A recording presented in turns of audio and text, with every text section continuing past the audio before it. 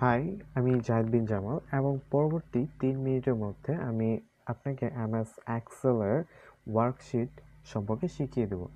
এখন আমরা যদি বলি যে ওয়ার্কশিটটা কি, সো ওয়ার্কশিটটা হচ্ছে একটা সুবিশাল পাতার মতো। সো আমরা এই যে এমএস এক্সেলের যে একটা বড় পাতা সাইজ দেখতেছি, সো এটা হচ্ছে ওয়ার্কশিট। সো এই ওয়ার্কশিট যে একটা সুবিচার পাতার মতো থাকে, সেখানে যে আমরা কাজ করি তাকে আমরা ওয়ার্কশিট বলি। এখন আবার ওয়ার্কশিটে আবার বিভিন্ন ধরনের ওয়ার্কশিট অ্যাড করে কাজ করা যায়। এটা একটা খাতার মতো। খাতায় যেমন অনেকগুলো পাতা থাকে এবং অনেকগুলো পাতায় আমরা লিখতে পারি, সো এখানে ওয়ার্কশিটও আমরা অনেকগুলো ওয়ার্কশিট যোগ করে আমরা সেগুলোকে কাজ করতে পারি।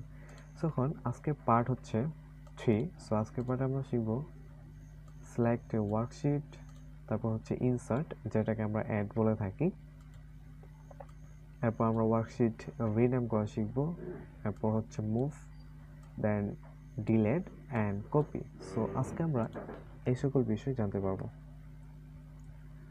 সো আমরা এখন ওয়ার্কশিটে চলে গেলাম। এখন কথা হচ্ছে যে আমরা ওয়ার্কশিট ইনসার্ট কিভাবে করব বা অ্যাড কিভাবে করব। সিম্পল, এই যে এখানে নিচে একটা প্লাস আইকন রয়েছে, সো আমরা সেখানে ক্লিক করে দিলে আমার আরেকটা ওয়ার্কশিট অ্যাড হয়ে যাবে। দেন আমরা এই ওয়ার্কশিটে আমরা কাজ করতে পারবো। এটা হচ্ছে আমাদের ওয়ার্কশিট 1। সো এটা আমরা ওয়ার্কশিট 1। সো এটা হচ্ছে ওয়ার্কশিট 2। সো আমরা যদি এখন সিলেক্ট করি, তাহলে এখানে এই যে 1-এ রয়েছে আমি 1-এ আমার লিখে এডিট করেছিলাম, দেন 2-তে তোমার লিখছিলাম। সো এভাবেই আমরা ওয়ার্কশিট অ্যাড করে কাজ করতে পারি। সো এখন বিষয়টা হচ্ছে যে আমরা ইনসার্ট তো শিখলাম, এরপর আমরা ওয়ার্কশিটটা কিভাবে রিনেম করব। সিম্পল একটা বিষয়। সো আমরা ওয়ার্কশিটে রাইট বাটন ক্লিক করব। সো রাইট মানে মাউসের রাইট বাটন ক্লিক করে এখানে আমরা একটা অপশন দেখতে পাই। সো এখানে রিনেম নামে একটা অপশন রয়েছে, আমরা সেখানে লিখে আমরা রিনেম করতে পারবো। সো আমি যেহেতু একটা ওয়ার্ক দিলাম, সো এই যে আমি রিনেম করে নিলাম। সো এটা হচ্ছে আমাদের ওয়ার্কশিট রিনেম। এরপর হচ্ছে আমরা ওয়ার্কশিটে কিভাবে মুভ করব, এই বিষয়টা আমরা যদি আবার ক্লিয়ার করি। সো আমরা যদি আবার রাইট বাটন ক্লিক করি, দেন এখানে মুভ নামে একটা অপশন রয়েছে। সো আমরা মুভ ক্লিক করব, দেন আমরা কোন জায়গায় সেটা মুভ করব। সো আমরা শিট 1-এ আমরা মুভ করব, দেন আমরা 1-এ দিয়েছি। এরপর আমরা ওকেতে ক্লিক করে দিব। ব্যাস, আমরা কিন্তু একটা প্রথম জায়গায় এনেছি। সো এভাবে আমরা একটা জিনিস মুভ করতে পারবো।